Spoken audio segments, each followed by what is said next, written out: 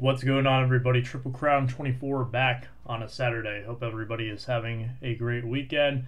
I've got a PSA submission reveal coming up early next week, assuming that the snowpocalypse that is about to hit my area does not delay the shipment of the order. And tomorrow I've got a pretty special edition of the Tigers Autograph Showcase series. But until then, I wanted to show off some mail and some pickups that I have gotten in recently. So hopefully you'll enjoy it. Just like everyone else, I've been having a pretty tough time with the market. Things are absolutely crazy. I don't have to tell you that because, well, I'm sure a lot of you are experiencing it or you have heard about it from a lot of other great content creators here on YouTube. But at the same time, I've been able to snag a few deals here and there. I got some more coming in as well.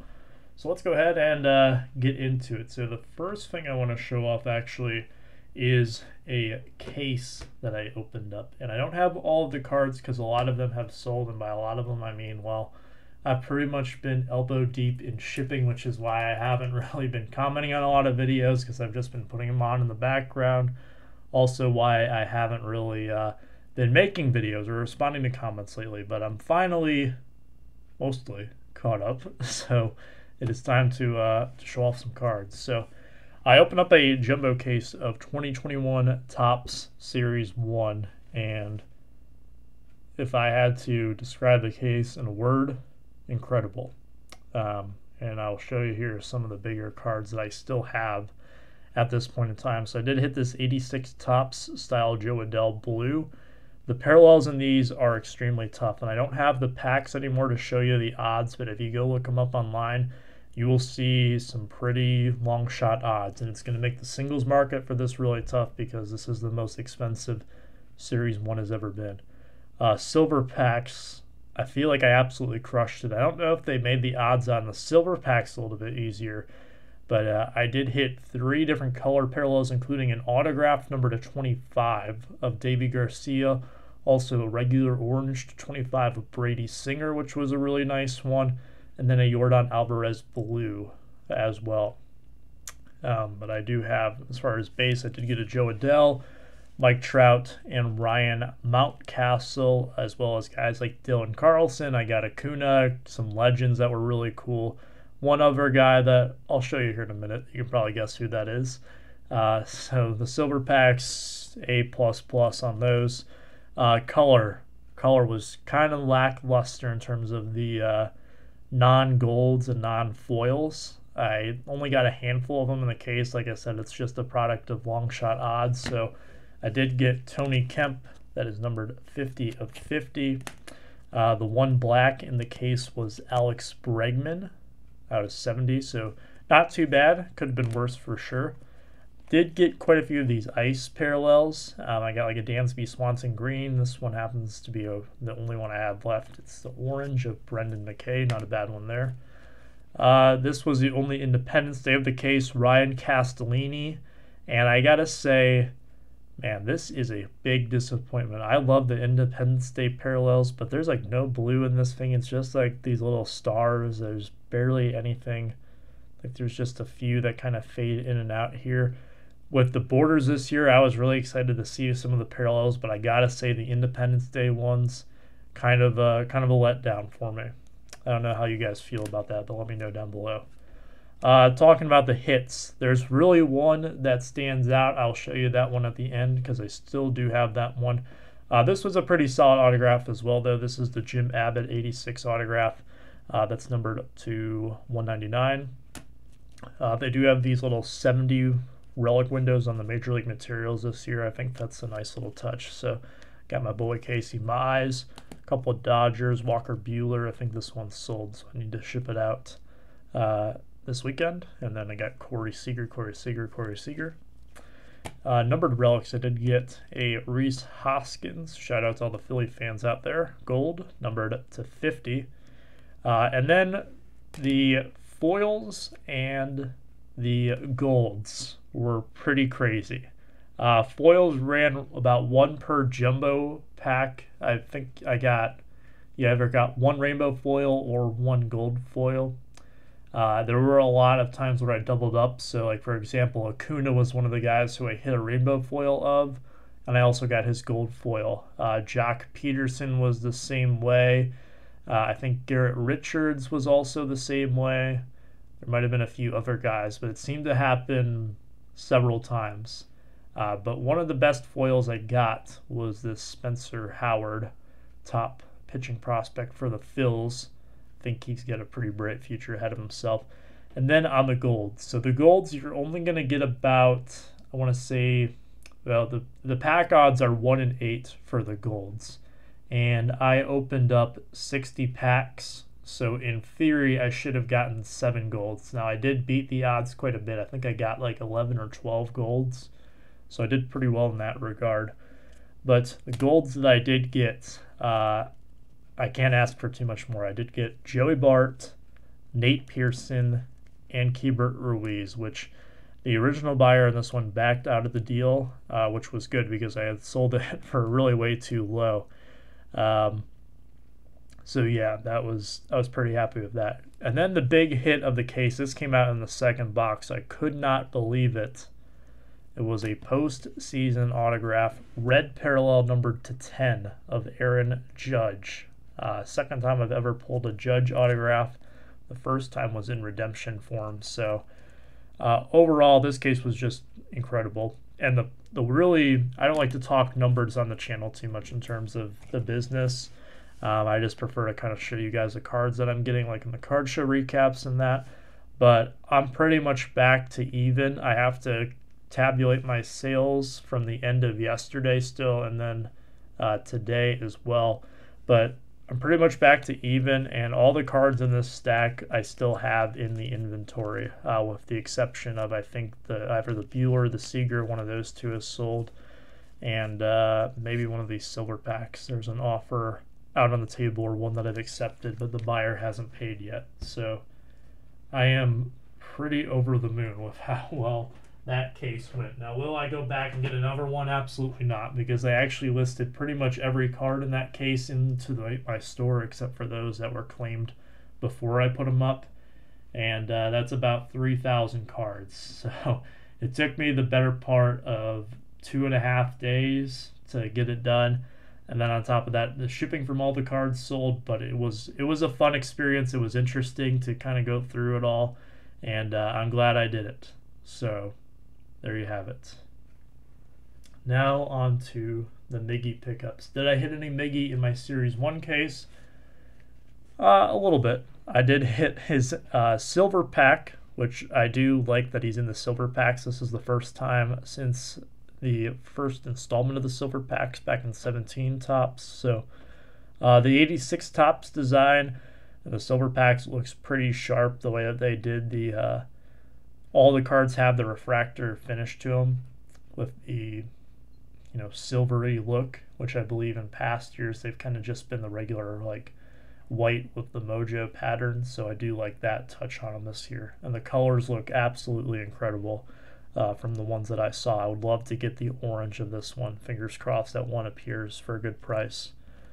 I did get the base. He has 2 base cards this year, so the regular one and then the Motor City Mashers with Jonathan Scope. So I'll be looking to pick up the parallels of those.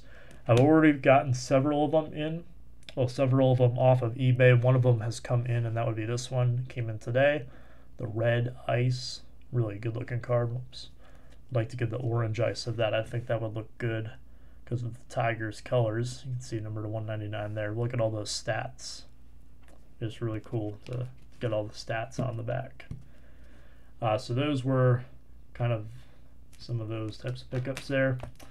And then just some fodder for the C-folios. With how crazy things have been in the market, just kind of trying to pick up some of these parallels when they're cheap to fill in the holes there. Not necessarily targeting any big cards, kind of saving up for the next big move that I make. This is the 19 Gallery Green, numbered to 99. And then I've got 4 cards here, and each of these cards I acquired for under $20 shipped with taxes included in there.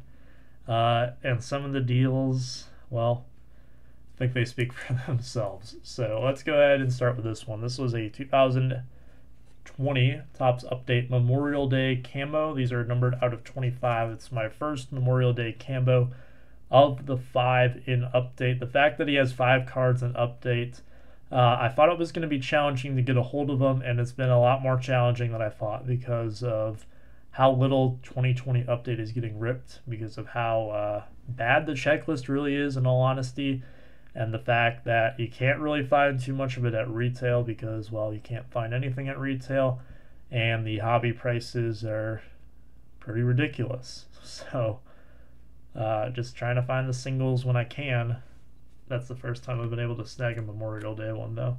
So very happy I was able to get that one for a reasonable price.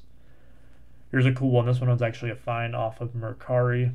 It's a 2004 Fleer Authentics ticket for 4, so it's a quad relic. Here's the back, and these are numbered to 100.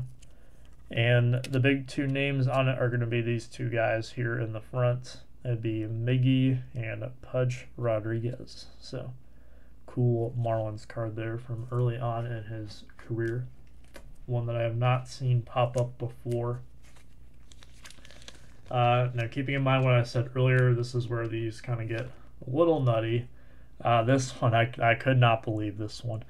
So I have a very broad search for trying to find cards from my Miggy collection, and sometimes it turns up some listings that, well, are not worded very well, let's put it that way. And when I do stumble across those, a lot of times they're from inexperienced sellers, and unfortunately a lot of times it's also from sellers who overvalue the cards. Now, you can ask whatever you want for a card. I'm not saying that you have to charge a certain price. Anybody can list any card for whatever price they want. However, if you're trying to, move that card, then sometimes those prices aren't necessarily going to line up with what a buyer is willing to pay. And that was not the case with this one. This one was $12 plus $1 PWE shipping. It had a best offer on it. I saw this for $12 with the best offer, and I said, there is no way I am taking a chance with a best offer. I'm just going to click the buy it now. And it was shipped out to me. I was able to snag it. So Miggy autograph. It's not numbered. It is a sticker. That might bother some people, but I love it. Absolutely love it. For Moments and Milestones, a set that I have a love-hate relationship with. I know I've talked about that set many times on the channel before. So happy to add a new autograph into the collection. It's always nice to get one. And then this one right here, I remember I texted a few people and said that I should be locked up for the steal that I got on this one. This is from 2004 Leaf Certified Materials. It is the Mirror Emerald of Miggy, and it is numbered out of 5. This one I got for under 20 shipped. I still cannot believe it. Pretty much a third of what my snipe was on it is what I won it for. And it was actually one of those that I watched counting down. A lot of times I don't watch the ones that I have snipes on just because, well, I'm usually out and about, which is why I set the snipe in the first place. But yeah, this card has incredible shine too. A lot of you guys who have players from that era will know how cool these mirror parallels are from 2004 certified, or any of the previous certified ones as well. They've got great shine to them, especially some of the earlier ones. So could not be happier to add that into my collection. And last but not least today, certainly not least, is a new pickup for the Tigers autograph collection. So some of you have been checking out the new series I've been doing. Like I said at the start of the video, I've got a new episode coming out tomorrow if you want to check it out. This card won't be in it. I'll probably save this one for like a Hall of Fame episode or something.